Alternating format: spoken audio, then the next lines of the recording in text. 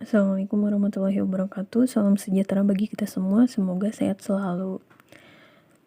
Pada hari ini saya akan menayangkan hasil presentasi yang telah saya buat dengan tema hakikat, sumber, dan pengemasan materi pembelajaran pada sesi keempat.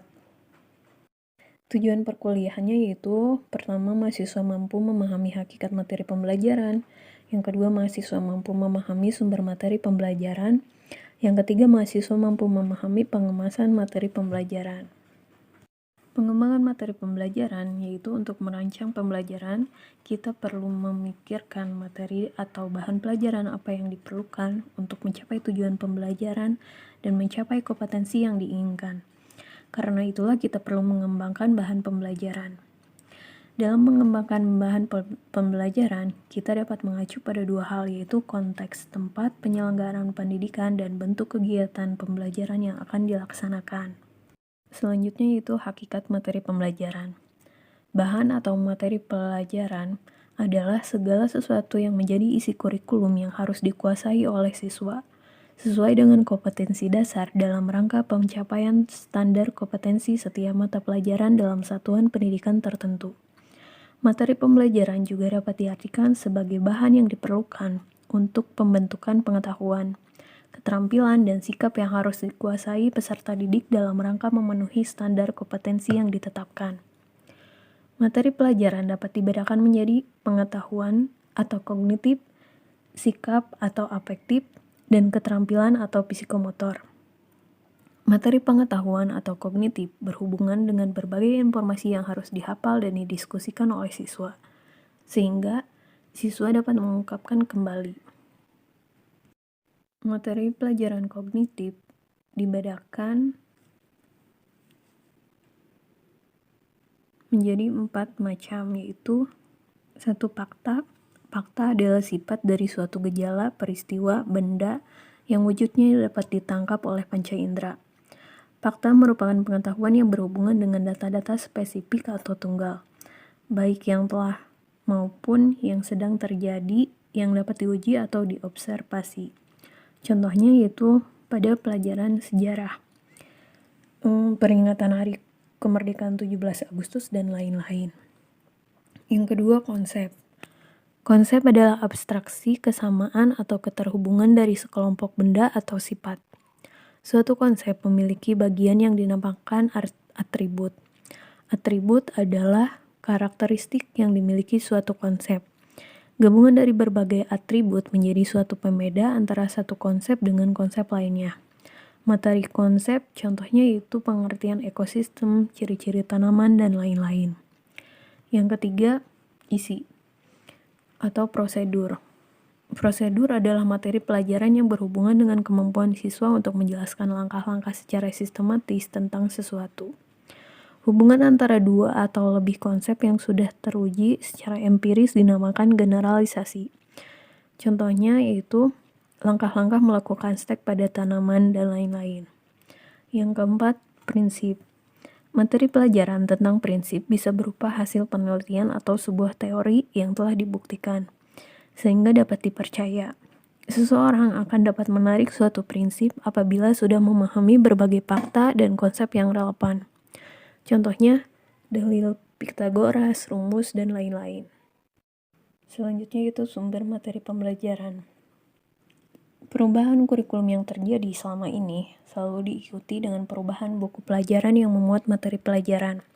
Sebenarnya, ada banyak sumber yang dapat dimanfaatkan untuk membelajarkan siswa selain dari buku teks, dan guru dituntut untuk bisa memanfaatkan berbagai sumber belajar tersebut. Sumber belajar merupakan informasi atau materi pelajaran yang disajikan dan disimpan dalam berbagai bentuk media yang dapat membantu siswa belajar sebagai perwujudan kurikulum. Sumber belajar dapat berupa cetakan, video, perangkat lunak, atau kombinasi dari berbagai format yang dapat digunakan guru atau siswa.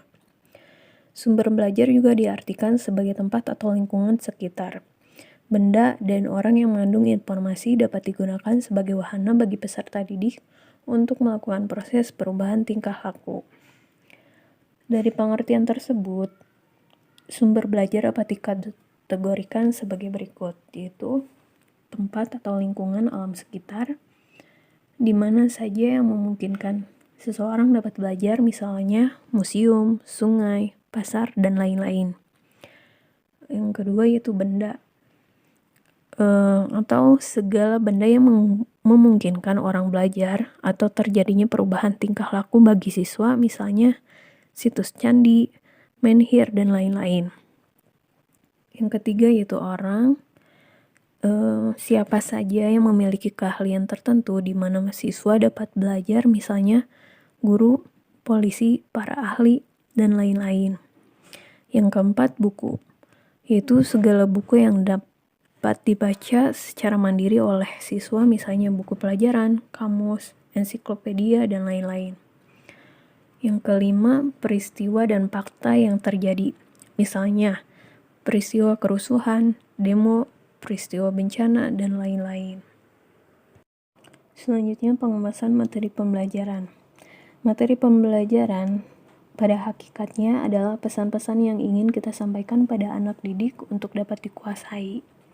Pesan adalah informasi yang akan disampaikan, baik itu berupa ide, data atau fakta, konsep, dan lain sebagainya, yang dapat berupa kalimat tulisan, gambar, peta, ataupun tanda.